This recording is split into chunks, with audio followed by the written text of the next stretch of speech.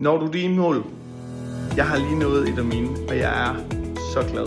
I 2020 der startede jeg Just med super spændt på, hvad det hele det skulle være, og blandt andet så deltog jeg i det, der hedder e-handelsdagen.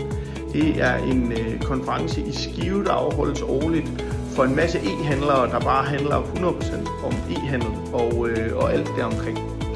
Og jeg sagde, at den scene der, den skal jeg op på. Og 2026 bliver året, hvor jeg skal på scenen 5. februar til e-handelsdagen.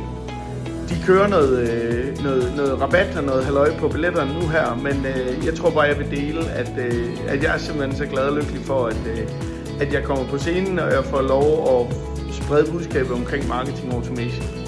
Så er det noget for jer, skynd jer ind og tjek, og skynd jer nappe en early bird billet, og ellers bare husk at fejre jeres succeser og gå efter jeres mål. Det er så fedt, når de når. Ha' en fantastisk dag. Hej.